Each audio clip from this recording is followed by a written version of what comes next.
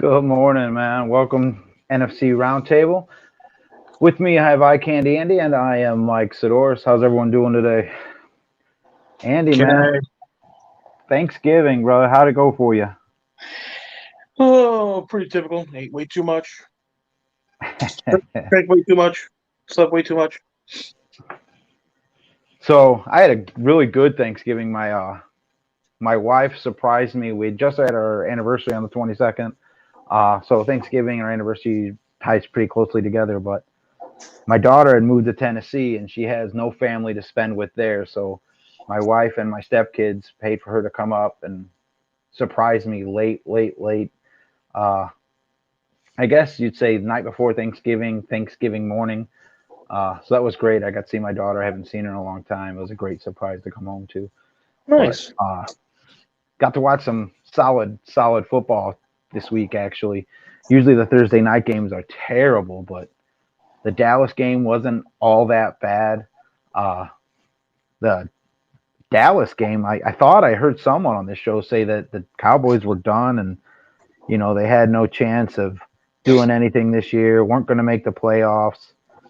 The sky was definitely falling in Texas. I don't know if it was snow, if it was stars, but the sky was falling from what I don't know. You heard that too, right? I did hear that. As a matter of fact, I think it's probably because he's been working too many hours and maybe he's just delirious or something. Yeah, he So, does have a Griffith. He does have a Griffith High School education in Indiana, so I mean that's pretty rough, pretty rough. But uh, but I mean, if that's the sky falling, and then hopefully the Bears will implode as well like that. right. Hopefully the Bucs just tragically start plummeting here soon. I mean, I don't know what he's thinking. I don't know why he's so doomsday right now. But Dallas is really gaining footing in the NFC East, especially with the Eagles looking suspect. I mean, they've been teams that have beat him. They put out the recipe to beat him, and they barely squeaked by last week. I think it might just simply be because he's such a huge fan of their coach. I mean, I think he's like president of the McCarthy fan club. Last time I remember Yeah, hearing, he was actually the number one bidder on that one little site that you can bid for products and stuff on, and for some chewed bubble gum that he actually somebody was able to collect. I mean, So, I don't get it, but yeah, Dallas is looking really tough, and that's a team I don't know I'd want to face going into the playoffs. fortunately for the Bucs, they don't have to worry about the top. Come on now, Bucks Bucks do face a really good run offense today, and that's going to be scary, especially with the fact that the Bucks run defense isn't what it used to be. Go ahead, Andy. Speaking of run, here touchdown Lenny's got some issues. He is not playing today. Uh, it's he's got a hip issue. It looked like a hip pointer to me. They're probably just taking extra precaution. The rookie running back played well last week in Rashad White. Giovanni Bernard is coming off the injury list this week, so he's eligible to play. I mean, we'll cover that later, but yeah, luckily Rashad played well last week because Lenny wasn't doing it. But what? I don't know. So Chicago, right? How? It was right there, bro. You had victory in your grasp, and somehow with an injured quarterback, you decide to keep running him. I didn't understand the play call. Not a big fan of it at all. You have a quarterback that improvises probably better than anybody in the league right now, and you just kind of, I don't know. You really put him in harm's way. So there's a couple ways you can, if it's like my golf game, for example, we could say, oh, sun got in our eyes, there was a terrible cross breeze, things like that. But it's just simply one of those things where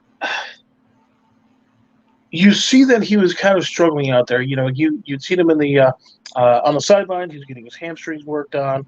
I mean, you name it. I mean, the kids put this entire team on his back for how many weeks? Right? They zoomed in on him running, and you could see the grimace of pain on his face while he was trying to run. And they still, what was it, 3rd and 8? And you're like, quarterback draw. That's the play that's going to get him. I mean, I don't know. I don't understand it. I don't know if they're afraid to make him be that pocket passer, but he was carving them up. And look at it this way. What's the worst case scenario? They end up losing? Huh. Right. I mean, anyway. If we're trying to reach our bonuses, that that may be one thing or something like that. But I don't know. And like I said, I don't think he's officially been waived or has officially been put down as not playing for today, as far as like injury report and things like that. But I think last time I remember he was questionable, or I don't even think he was on there. So questionable. He's listed as questionable. What are your thoughts on this? We'll dive into it more when we go into the North. But if you're the brass of the Bears, do you even put him out there? Is that even? I mean, why? Because, I mean, seriously, you win today. What does it do for you? As a matter of fact, it would actually do, technically speaking, because now naturally NFL teams don't intentionally lose, of course not. But well, let's just say that they just decided that they're going to pull this particular one out versus the JET sucks. But what'll end up happening is their draft goes from, I think they're currently 3 or 4 or something like that, probably to 7. If you actually lose this game, you might bump up a spot. The only thing it does is hurt you. I don't know why you would. So that's basically all it does is pretty much is hurt you. Certainly in the short term, long term, you could conceivably have an injured quarterback that might have had to have some sort of a surgery that's not only going to end the season, but possibly even depending on how he responds to treatment and things like that, to be able to come back full at the beginning of next year. It really doesn't make a lot of sense. And I think somebody somewhere along the way is going to be like, you're sitting him, right? Right? I totally understand the fear of losing the locker room, if you will. But I'm sorry, if I'm a player and I'm here for the long haul, winning today does nothing for me. I mean, I'm not going to play to lose. I'm not going to go out there and try to lose, but winning today, if you look at the long, I mean, I know it's hard to do that as a player, to look at the next year when you're in the midst of a season, but I don't know. I just can't get on board with playing him. And they probably will, because why not? You pay him, you might as well play him. But so yeah, I get it. I get it. It's one of those things. Maybe it's a performance bonus. Again, it's because the NFL is a business. You have to consider that aspect. If I play 85% of the games, then I get another couple $100,000 bonus or something like that. And I understand that. But you also have to take in consideration, if you're looking at your team's longevity, if you're looking at the potential for a division title next year, or the potential for a long, playoff run, potential for a trophy. Okay, so we can actually consider that for next year and the year after, and the year after, and the year after, or we play him today, quite possibly do something that's going to be a detriment to not only this year, but possibly next year. Shorten his career. Eek. Look at that. Sorry, gents. Man, you got a warmer when you let him in. Right. Look at him repping that Valparaiso High School hat today. Yes, sir. Yes, sir. V is for victory. Anyway, Andy, you were saying before no Brian rudely interrupted. I got scared by the Halloween mask. But yeah, no, it's just simply one of those things. You gotta think that you gotta look long term. Think about it, like during the '85 season. You had Mike Dick, who came in the early '80s. He's like, guys, give me 3 years. We're gonna make it to the championship, and they did. That's 3 years. Yeah, go Bucs. But yeah, I understand exactly what you're saying. I mean, I don't know, man. It's just, Brian, here, what's your take before we go into the NFC North? I just want to get your take on this whole Bears situation, because they were simply walking away with victory. They were Leon letting the victory down the sideline, celebrating with it in his arms, and allowed them to just knock him into defeat. Then you closing drive, Justin Fields. What are your thoughts? Look, they've lost numerous games like this, and to be perfectly honest, I mean they've lost games because of blown referee calls too. Let's just throw that in there. And refereeing's been absolutely horrible league wide. Yeah, I heard someone call it a pandemic. Yes, it's a pandemic. It is. I call it the pandemic. It's the referee pandemic because nobody knows the rules. Nobody knows how to call it properly. So it's not that the rules are so damn vague. I mean, yeah. Well, I mean, look. I mean, not to change the subject. It's just that you had 2 touchdown calls basically. They were touchdowns, in my opinion. I mean, both of them. Yeah. And how you can go to the millisecond and say, oh nope, that ball moved. Oh nope, that white blade of grass right there. How that white bladed turf that's tearing up everyone's knees. Yeah, exactly. But anyway, Justin Fields.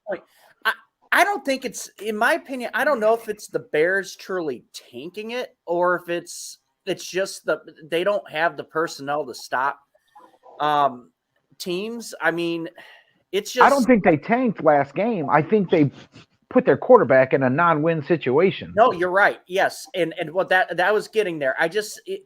Right now, offensively, and Andy and I have kind of gone back and forth on this, but offensively, you don't have the true receivers that you truly need, and honestly, you don't have the pass blocking that you need for this kid. And you're putting this kid in dangerous situations. And if the kid was already hurt, why are you putting him out there and having him run the ball again? I mean, right. If this is your future, you need to protect that future. And as like Andy and I were talking about on our recent show, I think sitting him right now is probably the best thing. And at least sit him this game, maybe sit him against the Packer game, and then you have the bye week. And if he's good, then play him the rest of the year. See if something changes. At this point, you've only got 3 victories. You need to you just need to just secure the draft pick. Basically, is what I'm going to say. That's secure the bag, if you will. Yeah. No, I got you. Any more comments on that before we go north and start getting into those games? Oh, there's all kinds of stuff. But yeah, let's just do north. And then we'll go from there. North. Let's head north with Eye Candy Indy and the Packer Backer.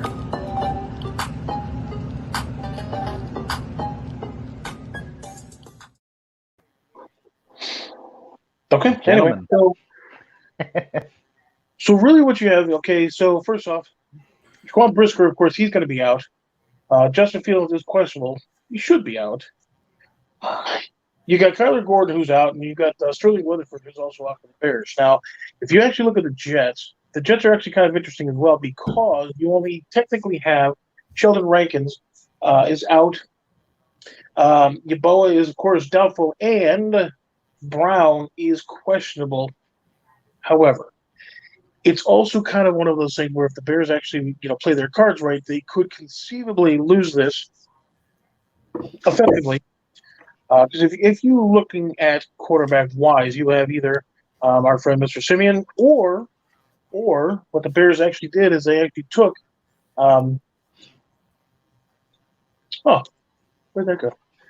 They actually elevated Nathan Peterman and linebacker Marquise Gates to the active roster. So you do, in fact, have now 2 quarterbacks that are actually technically on the roster besides Justin Fields, who should be, honestly, sitting. And everybody's still kind of up in the air.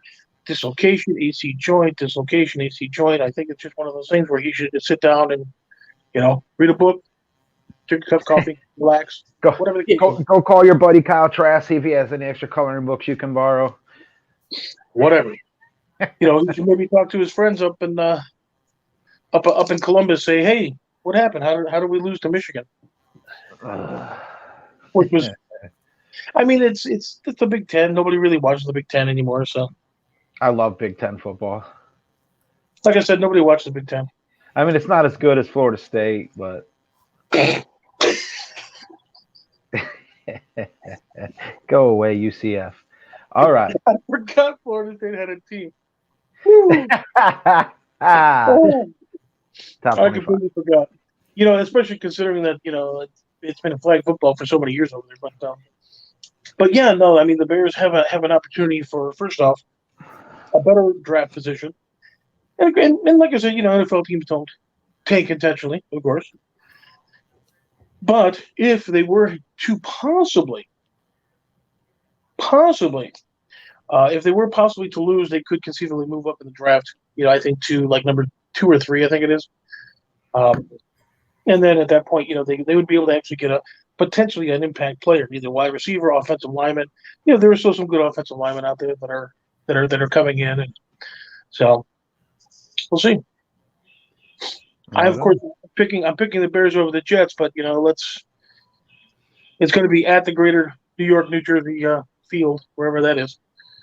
Yeah, it's going to be rough up there today. So, Weather-wise, I mean. And they have a backup quarterback too, so you could conceivably see, you know, battle of the backups. That's a new off-Broadway show in New Jersey. All right. What are the games you got going on, gentlemen? That's it. There's no other games in the North, period. Yeah, I'm with you, Eric. I'm taking the Jets that game too, man. If by chance you go over to Cheeseville, USA, really you got a few things going on. You got running back Patrick Taylor, elevated from press squad. That was actually on the 26th. I don't know. But, you know, like just like we were talking about the other day, your friend AA Ron. So he's kind of a shell of what he used to be. You remember, of course, he used to be able to make plays and all this other stuff. He used to be able to scramble a little bit better, but he also had a better receiving core. So with the fact that his receiving core is, goodness, Randall Cobb is 64 or something like that. Yeah, we've lost a step or two. You know, his hands aren't necessarily what they used to be. Well, he can't. His hands can't be what they used to be because if he lets go of the walker, he's going to fall over. Yeah. Lately. You know, running backs have been doing well. You know, their running backs have been doing okay, but you know, you can only go so, especially with Bakhtiari still, you know, kind of iffy on the offensive line. Their defense, for some reason, isn't really performing like they potentially could. Because you still have some players on defense that actually can do some good things. They're having issues with, oh my goodness, getting the ball to be turned over, Aaron throwing things, him being protected. I mean, it just goes on and on and on. That you know, it's not necessarily over in Green Bay, but you know, their time is up. You know, I checked ESPN. I checked ESPN today, and it said the Packers had a bye, or the Eagles had a bye. I don't. Was I wrong? No, they do. As a matter of fact, from what I remember reading, that the Eagles are actually going to be taking that particular day off. Today, they're going to go and visit the Cheese Castle down in Kenosha, and get some sausage, that kind of thing. Because from noon to 3, they're just going to sit there and watch a bad game unfold in front of them. I'm glad everybody's waiting for Sunday night to watch the crap show that's going to unfold. The official nail in the coffin is what I'm going to say. Scott, what are you going to do if the Packers win? I mean, Brian. I'm gonna be wowed and be like, well, they're still not that good and they're still not making the playoffs. So I'm gonna pull a stout and just say that they're not gonna make the playoffs. Right. No, I mean, look, Aaron came out with the, even though everybody kind of knew his thumb was broken, but he finally admitted, hey, am I playing with a broken thumb since week 5? Big deal. That's what he basically says is big deal. It is a big deal. I mean, look, your passes you need to start calling him errant Rodgers because he's got no control on his passing. I mean, I have reserved judgment on the rookies because I just think this year is a wash. Even though Christian Watson's looked good the last couple of games, Romeo Doubs looked good before the injury. it's just that this team is not in a good place. It's Wisconsin. Yeah. That team is definitely not a good place. Yeah, it's Wisconsin. Yeah. No, it's they're not in a good place. If you read a lot into this, there's a lot of faction in the locker room right now. There's no one's really getting together like they used to, and I don't know if it's just a matter of if this is an Aaron thing or if this is a coaching, difference in coaching thing. I don't know what it is. It doesn't bode well for a team that needs to win out to make the playoffs, and you're playing a team that right now needs to reprove themselves as one of the better teams in the NFC. So this is kind of a game to where what's going to happen is the Eagles going to continue to play bad, or the Eagles going to figure it out this week. So, well, let me ask you this now. Now, let's just say Aaron Rodgers, of course, he did break a nail. A thumb.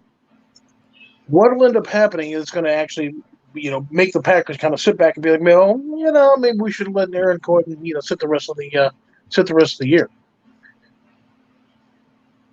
Were you reading that, Andy? I didn't finish reading it now. You'll appreciate it. You'll agree with it. Let's just put that. And honestly, I kind of do agree with it too. So, Johnny said Aaron always has an injury to cry about. Last year was his pinky toe. We should have done the surgery like Dak, instead of using it as an excuse. Favre did the same thing, didn't he? Yeah. Well, that was also when he was on his, one of popping pill days too. So, What? He should have popped a little blue pill before he sent those pictures. It does call into question why you're looking at those pictures, but it's cool, bro. He must have been looking at previous Jets news or something like that. If it's Gouda for her, I guess it's Gouda for you. Yeah. But, so, but no, honestly though, when are you going to sit Aaron? Because they're if they lose today, I cannot see them necessarily doing any good for themselves by winning. No, you need to. This is if they don't win tonight. Like I said, if they don't win tonight, it's time to look at the future and say, let's put Jordan Love in for the remaining games. Let's see what he's got, because you took him as a first-round draft pick. You need to see this kid play.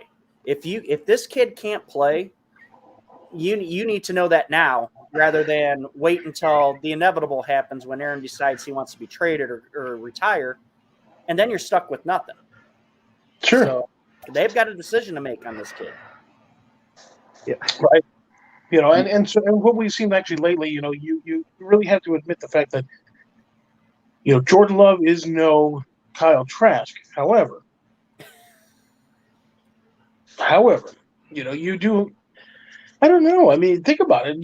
Did everybody, when they were saying, okay, well, you know what, Jordan Love's going to be the quarterback of the future. Let's actually start building a team, like a hybrid team that can actually interact with both quarterbacks in an effective way. So, if that being the case, do you actually see Jordan Love, for example, being effective with this team as it's kind of set up? He is a little bit more mobile icebergs are more mobile than Aaron Rodgers these days, but would he be allowing the team to actually perform better? Yeah, that's a good question. But the thing is you haven't seen enough of it. Preseason football. He looked good, but the thing is, that's preseason football. You're playing against 2s and 3s. What is he going to look like against the 1s on a defense? Solid 2s. Yeah. But yeah, it's just simply one of those things. Aaron's going to come in and he's going to complain about bad thumb, errant passes. I don't know. I just don't see why he's not going to give them the best possible choice or the best possible opportunity for victory. And especially considering he's $50 million, definitely sit him. Definitely sit him. You know what? You're going to earn your money. I want an Afghan. I want some sort of like a pothole or something that that you're going to be knitting on the sideline. if they do go to Jordan Love, I mean, what does that say to your locker room? I mean, I know I just said about the Bears, you're going to lose the locker room, but the Bears are in a different position than the Packers are in. If you move to Jordan Love, you're still moving to the future. You know what I mean? I don't see that as the same move as the Bears saying we're sitting Fields because we want draft picks. No, you're sitting Rodgers to look at Love. With the Bears, for example, I think the last week actually was one of those things where when Justin Fields actually came out and started basically apologizing for his performance and things like that, and you had some of the defensive players standing up saying, "Look, you know what? We got your back," this kind of thing. I think that actually took a major step forward in relations along with the locker room itself. I'll say Kyle Trask whenever I want to, meow. But so I think if you're actually looking at potentially sitting Justin Fields, that would actually probably bolster the locker room, in my opinion, at least, because you're like, okay, look, we're setting up for the future. He's tough as nails. He's put us on his shoulders the last month and a half, that kind of thing. I think it'll be one of those things where you very well may go person to person in the locker room. They'll be like, yeah, sit him. Yeah. So we've wasted enough time on these two terrible teams you guys kind of talk about. We do have a show you can catch that on. What's the name of that show?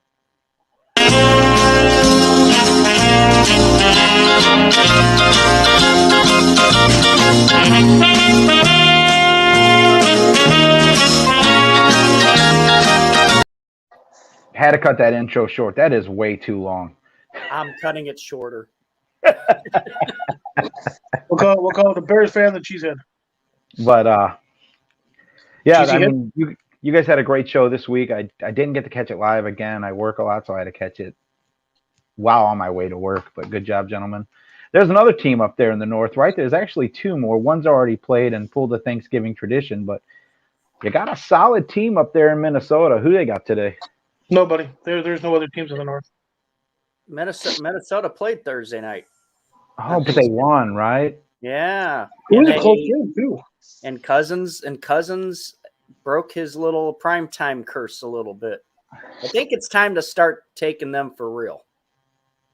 I think so. They went in they beat Buffalo. They went in and beat Buffalo at Buffalo. That was a whole ball game full of baloney. Let me just tell you something about that. But didn't Bill Parcells say you're as good as what your record says? No, he said quite a few things. He said pass the gravy, for example. Didn't somebody say during the draft show that the Vikings were going to win the North? No. Yeah, I did. No. You did. Don't agree with him. Kyle Trask.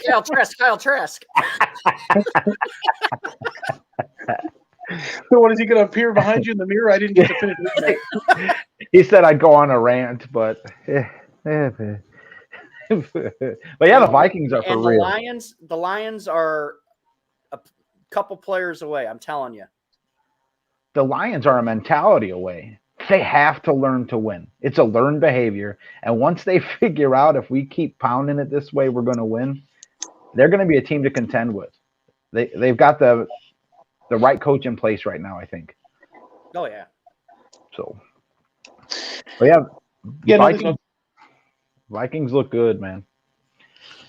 But since the other two... Yeah, that's right. The Vikings look good. They did. That was a great state championship game. Oh, my goodness.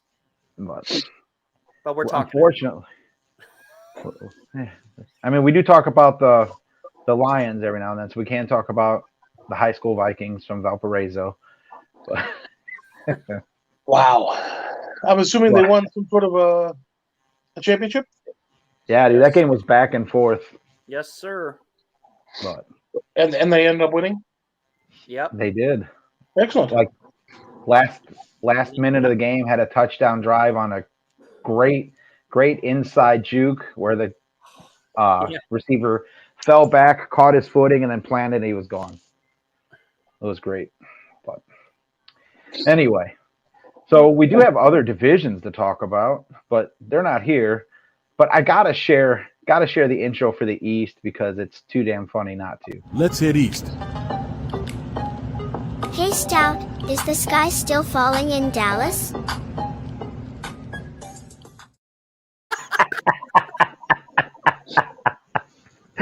Oh, okay. Oh, Anyway, that was fun to make. But seriously, I guess we can go south since nobody else matters, right? We were just talking about high school teams. Shut your face.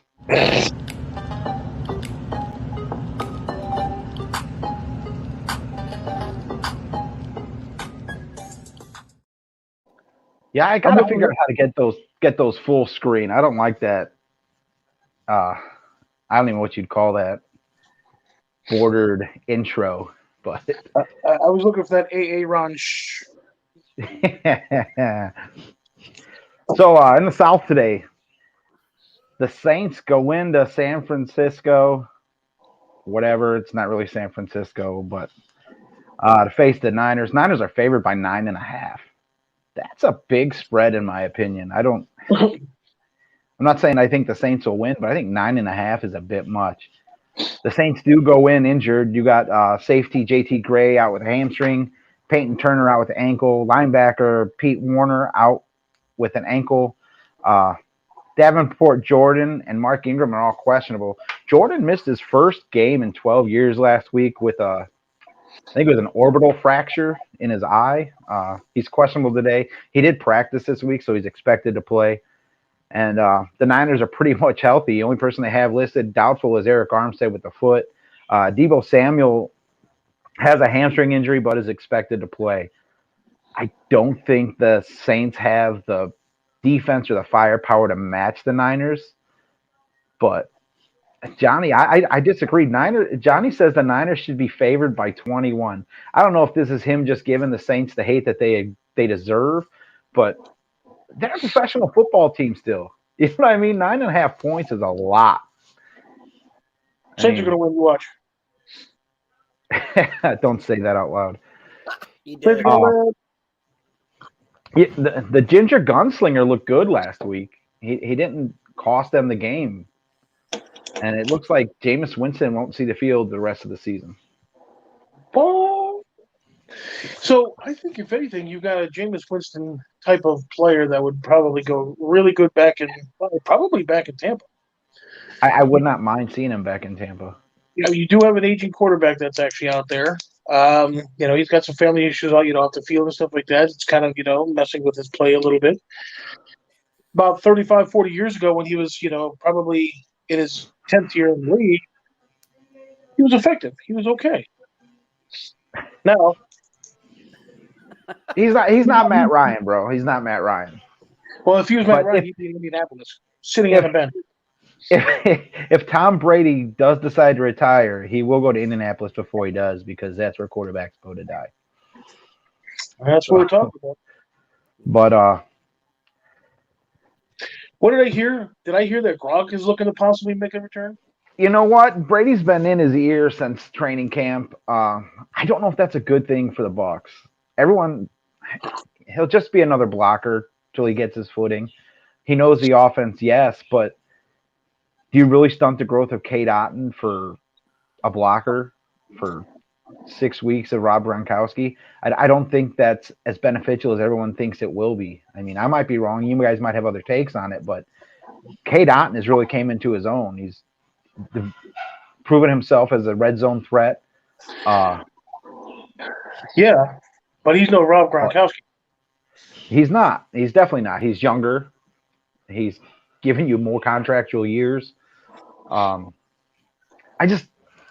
wouldn't be opposed to Gronk coming back, but I think Otton needs to play. You need to keep him in the offense.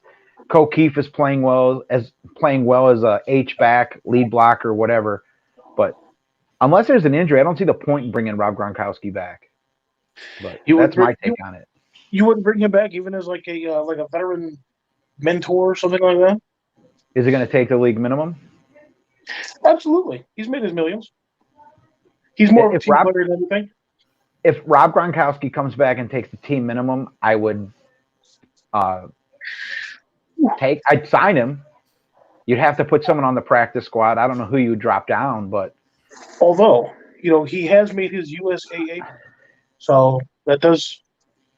But he has no insurance, so would he be willing to play without that USAA insurance? It's just, who knows? I don't know. Not a chance. If Gronkowski were to come back without Brady, it'd beat a Buffalo. You sure it wouldn't be like the Saints? No, he's a huge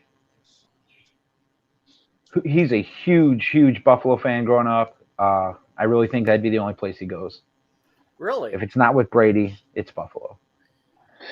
I see that point, but he also wants to win, right? Buffalo. Doesn't Buffalo have a decent tight end? Yeah, but if he's just coming here to block, why wouldn't you take him in Buffalo to block? Why wouldn't he want to go to Philadelphia and fill the void that is much needed right now? I just don't see it. I don't see him doing that without Brady. And as stupid as that sounds, if without Brady pestering him, you wouldn't hear these rumors. How about San Francisco? Brady or Gronk? Gronk, San Francisco. If you're looking at a blocker, he's definitely a decent blocker, especially a run blocker. And if Jimmy G ever got that old wild hair to be able to throw, that's a strong possibility. He can actually give you a good 15, 20 yards. They kind of have this really good tight end in San Francisco. No. I don't think they have anybody out in San Francisco. but seriously, the former White Sox baseball player. Who? No, that was. I do know Ron Kittle. But yeah, Johnny, that was my point. Is who do you drop if you were to pick up Gronk? And tight end right now isn't a position of need. It just doesn't make sense to me. But anyway, I got Niners winning that game, but not as decisive as everyone thinks. Falcons go to the Commanders. Falcons again, fairly healthy. Only person that's listed is Jalen Dalton as a defensive tackle. The Commanders, on the other hand, not so much. Holcomb's out. St. Juste's out. Dave Milne. Chase Young is out today with the illness. Logan Thomas is questionable, their tight end. I just think the Falcons, again, find a way to win this game. Heineke just wins. See, I would have actually said the opposite way. I would have said the Commanders, and I've actually picked the Commanders for some reason. Somehow, always pick or find a way to win, especially at home. You have a decent running back. You got a decent wide receiver. You got a quarterback that's, I would say, on the plus side of average. But just like Kirk Cousins, it's just one of those things. He's a game manager who doesn't often make catastrophic mistakes. But and they're at home. You could be like Dallas and bring your own benches, but the Falcons. I don't know. I don't know how to read the Falcons this year. Sometimes they come out and they look like they could be a contender for a playoff spot, and then other times they come out and they're just flat. They do have explosive players. You do have Pitts playing today. You do have London playing today. You have the utility knife playing today. But I still see Washington winning this game. We got Denver heading to Carolina in a yawn fest. I don't think anybody's going to be watching this game. I don't even think it'll be televised in either Carolina or Denver. So, yeah, let's just skip it. It's going to be a good game. No, it's not. Johnny, you're right. I misspoke. Kyle Pitts is on IR. No, I do think it's going to be a good game because it's going to be two teams that have no direction trying to find the end zone. It's just going to be like the blind leading the blind out there. So, yeah, toss it up. Broncos are favored by 1. Speaking of blind leading the blind, we got to get back to old touchdown Letty and his hip injury. That's next, my man. We're heading there right now. Let's do it. It's like you read my mind. Yeah, like you knew. You knew you saved the best for last or something. Oh, here we go. Bucs go to Cleveland. The weather today is not good for Tampa. It's raining. It's cold. Field's going to be slushy. The The Browns have one of the best ground attacks in the league. And the Bucs defense is not as good as it used to be. They're like 15th in the league right now in run defense. But if you force the Browns to be one-dimensional and make them pass the ball, they should destroy them. On the injury report for the Bucs, you have Leonard Fournette, who is out with a hip injury. Russell Gage is out with a hamstring injury. Luke Gadecki is out with a foot injury. Questionable is Vita Vea, but I am told he will play. And Browns have cornerback Greg Newsome out with concussion. I'm really looking for a big game from Rachaad White. 100-plus yards on the ground, maybe 30, 40 yards receiving. I'd love to see him get 2 touchdowns. I don't think the Browns have enough to battle with the Bucs. The only way the Browns win if they can run the ball and they can control the clock. It's old school football in Cleveland today. I just hope the Bucs find a way to win. I would take the Bucs by 5, Bucs by 4. 3.5 is scary for me. I don't like that number. Basically, they're favored by just over a touchdown or just under a touchdown and an extra point. So, what are your guys' thoughts on that game? Well, first off, I think we need to bring you back to reality. You know, I mean, you probably still believe in the Easter Bunny and, you know, and that kind of thing. Clearly, because of what you just said, you're in some type of other, you know, wonderland there. Very simply, I think Cleveland just got too much firepower. You're right. They have great ground attack. I'll explain. So if you actually have a team who's actually playing at home in conditions of that, and you'd be surprised just how I know Styles actually said in the past, you know, that's kind of a negligible type of a situation, but really when you're actually used to weather in the 70s, 80s, that kind of thing, and you have to go where it's like 20, it's gonna be a while before you get your footing.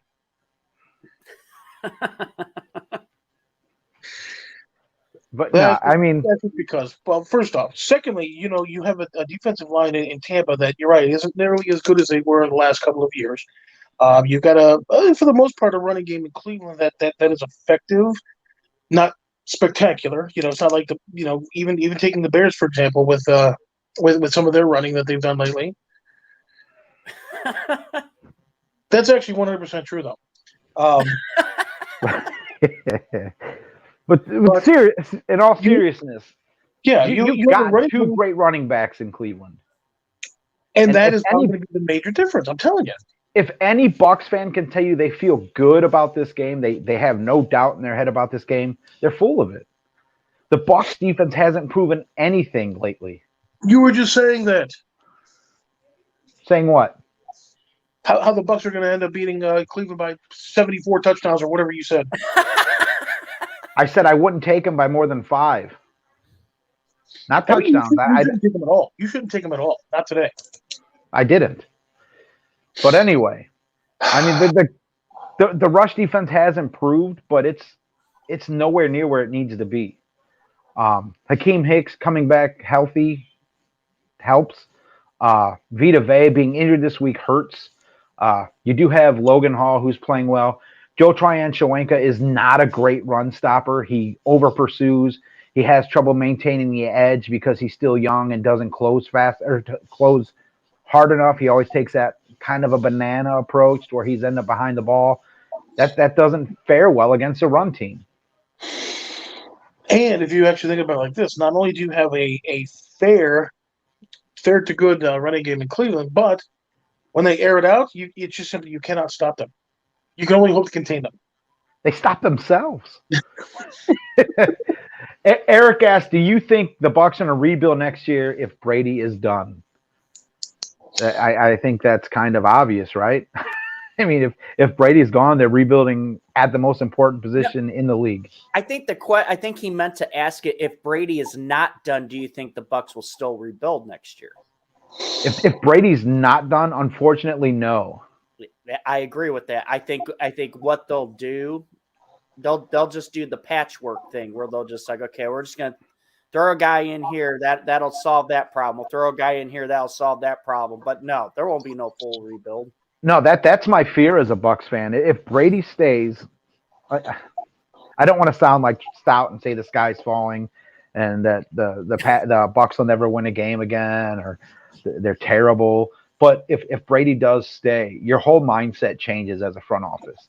You're not even thinking about building in the draft. That's not even a thought process. There's no player in the draft this year that you look at and like, oh, we got to have him. He's the one, right? Especially if you're picking later in the draft. So you can't build for the future with Brady on the roster. It's got to be plug and play. You got to be veteran. It's not going to be that. I hate Jerry. It's not going to be that, that quick rebuild. It's just not. So what does their overall look like? So I know the Bears have, for example, like several draft picks as well as over 130, possibly up to 200 million in their coffers. What's Tampa have? It's not good. Really? Significantly less than that. I'll just say that. They've done that to themselves. I mean, Jason Light has kicked the can. And granted, if Brady stays, they're going to manipulate contracts and kick the can further down the road. But at some time, the piper's got to be paid, right? Sure. But I mean, who knows? Maybe Brady wants to go to Miami. Although you got to think that Tua, for all of his shortcomings, actually does really, really well. Because, like I said, when they were playing the Bears, for example, they pushed the ball well and things like that. So, and granted, Tom Brady has had his success in the past. That's when do you kind of sort of say, okay, Tom, you should ride off to the sunset now. I didn't even read that. Yeah, it's Jerry. We don't read his comments. Oh, yeah. But I mean, Brady really has the Bucs kind of in a hard place right now, because if, let's say, he doesn't come back to Tampa, he wins the Super Bowl and retires. Now you're in full blown. We're repeating Super Bowl champions, and we got to build. We have a terrible draft pick. We don't have much capital. You're in a terrible position, right? Yes, but you do need to address the elephant in the room. First off, you said that the Bucs are going to be winning the championship again. Oh my God! Shut up, Andy. So we're like John. I mean, how does this work? But I'm being serious. If he were to win the Super Bowl, he's not coming back next year. Why would he? Why would he come back this year? Granted, if you eliminate the fact that there was off the field, antics, I guess you could say, he has the 7 Super Bowl rings. He's got his place absolutely 100% locked in the Hall of Fame. Why exactly? I don't think it's about that. It's not about that. No, he's got the itch. He's got the itch, right? You got the itch, but I mean, when is your like? Take for example, like Aaron Rodgers. When you do get a little bit older, it's just how things are when you get out of bed in the morning. You sound like a box of Rice Krispie treats. Rice Krispies. Dude, I slither out of bed in the morning. I don't even stand up until I'm like at the edge of the bed, able to push myself up, grab onto the wall, work myself up. I can't imagine playing for as long as he has. And if you take Tom Brady, even though he keeps himself in really good condition and things like that, age catches up with all of you guys. I'm in my prime. But prime what? With that being said, yes, exactly. With that being said, when honestly does Tampa Bay say, okay, Tom, we can give you a front office position, or you want to be a scout? That's the issue. When do you force the greatest of all time out? Do you want to be the GM that makes that decision? Yes, I'll do it right now. Give me the number. I'm being serious. Yeah, me too. That's your legacy. You have to what I look mean? at the fact that the NFL is a game. They are a team within that league trying to make money and all this other stuff. And I get the fact that Tom Brady is Tom Brady. However, if you're looking for a 5, 10, 15, 20-year, success, you do need to eventually move on from an aged quarterback who you have to personally find people to fill those positions that'll suit him and his play, his skill set. Who's still top 3 in the league right now. Because you've been able to do that up to this point. You could actually go out and probably get 2 rookies for the price you're paying, It's just simply one of those things that eventually you're going to have to move on. You might as well do it now as opposed to, another year or 2 down the way.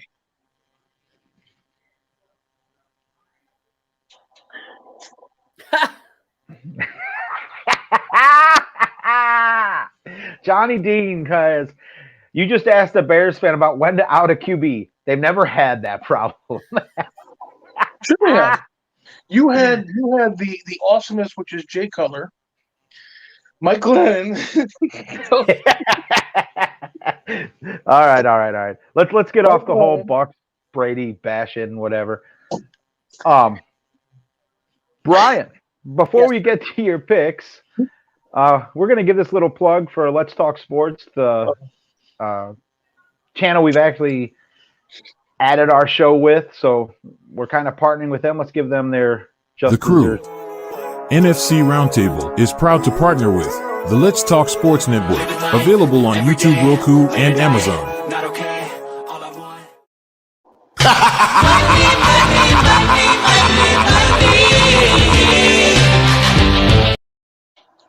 All right.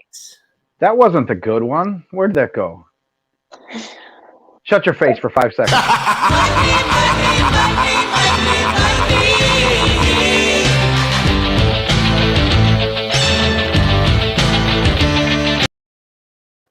All right, that's better. New intros, God, I feel special. Anyway, You are special. I know. you have no idea. Yeah. Okay. Anyways, let's get to it. Get that couch change ready. Here's my picks for this. I've got 5 of them. Take Jacksonville plus the 4 against the Ravens. That's a point spread thing. Again, Titans 3 plus 3 against the Bengals. Take the over 47 in Raiders and Seahawks. Actually, I only got 4 picks. Same game. Take Seahawks minus 3.5 over the Raiders. Wow. You got the Raiders or the Seahawks over the Raiders? The Raiders are good. We gotta keep in mind that no. Worst thing the NFL could have done was put a team in Las Vegas. It's just what my little algorithm says. So, but honestly, it's the worst thing they could have done. You put a team in Las Vegas, and they've done nothing since. I mean, that team has fallen apart, gotten arrested, had nothing but issues on and off the field. Worst thing the league could have done was put a team in Vegas. but according to a Bears fan, they did one good thing, and they stole Devontae Adams. Make that 2 Bears fans. I agree with that person. You are that person. I wouldn't say Devontae. I think they stole him. I mean, the Packers unfortunately just didn't have the couch change to be able to actually afford him Yeah. because of Aaron. So yeah, it is. It kind of is what it is. But when you mentioned like algorithm with you, I can just imagine you sitting there with with an abacus, trying to carry the 1, that kind of thing, 0.3, that kind of. I thought you're gonna say the Packer fan was counting cheese curds. Kurt Enway, absolutely. So since Jerry's not here, we're gonna use this pick 6 intro and let's get into them.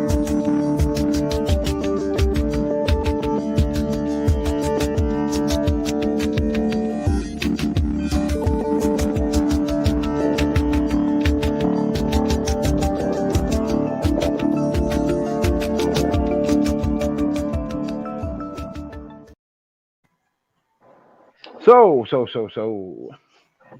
who's in the lead right now? It may be me. I believe it's you and Jerry are tied, right? I'm not 100% positive. Well, hold on a second, because I think I'm pretty close to the top of the bottom. If we're golfing. Well, this is actually one of the jokes that reminds me. Go golfing, be like, well, how'd you do? I said, well, unfortunately, I shot at 120. It's like, well, that's not too bad. I said, well, the back nine was worse. Actually, yeah, Brian, it's you, Stout, Jerry, me, and then of course the Bears. Oh, if you want to go with that, who's the jerk? So Brian, let's get your picks, man. Okay, well, I did pick the Bills and the Cowboys in the Thursday games, but we'll go and do these Sundays games. We have the Dolphins I got going to win. I got the Commanders. I've got the Ravens, and I've got the Chiefs. More. You got the Ravens over the Jags? Yeah, I'm just playing. Oh. All right. So Stout is second. Yeah. Stout, of course, taking the Vikings for his friend. Every week he's going to take the Vikings the rest of the year. Bills, Ravens, Niners, Chiefs, and he took the shitty A Cowboys this week. What? I don't. How do we even let him take the Cowboys after he's been bashing them like that? I think that should be a loss automatically. I wish we had another show. We can have it like unfiltered, just so we can post all the things that Stout says about his team, and just clip them and just be bubbles popping up on the screen. All right. No. Johnny asks if I'm taking the Jags, and the answer is absolutely not. I've got the Ravens over the Jags. I got the Chargers taking it to the Cards. The Seahawks over the Raiders. The Chiefs over the Rams without a quarterback. I got the Niners beating the Taints because every time the Saints lose, America wins. And I have the Eagles on the bye. Yeah. I'm gonna start putting Baileys in my coffee too. So I will admit that I would not necessarily mind the Jets over the Bears. I do pick the Bears over the Jets. It's just how it is. But I could definitely see, and they were kind of sort of pushing for a Jets victory. Anyway, Eagles over the Pack because Green Bay Packers, unfortunately, I think their time is currently, especially this year, done. They suck. Let me see the Browns over the Bucs.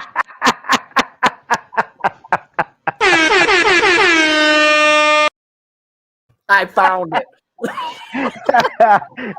Browns over the Bucs simply because the Bucs just simply aren't the team that they were 35 years ago when Brady, in fact, was rookie. Commanders. I'm gonna freaking cut you. It's Brian. Commanders.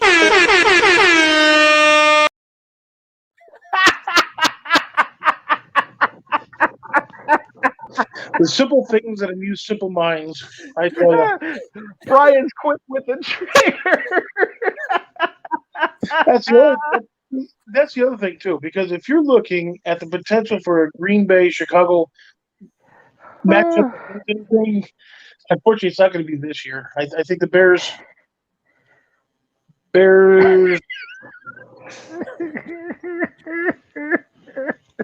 Give us your picks. Yeah, they're taking for a quarterback. Very similar to Tampa. Let me see. You got the Titans over the Bengals. You got the Dolphins over the Texans. Sometimes my handwriting isn't necessarily as legible as I'd like it to be. So what are your picks again? Honestly, I won't hit the button. I don't even know. Yeah, my hands are up. Come on. Bears over the Jets, Eagles over the Pack. You got the Browns over the Bucs. You got the Cucumbers. Commanders over the Falcons. The Titans over the Bengals, and the Dolphins over the Texans. All right. So let it be said. So let it be written as Yul Brynner used to say in the Ten Commandments, or something. Wow. Something like that. You went to school with Moses, didn't you? Oh, so did you. Anyway, any closing thoughts? Well, absolutely. I got all kinds of thoughts for you guys.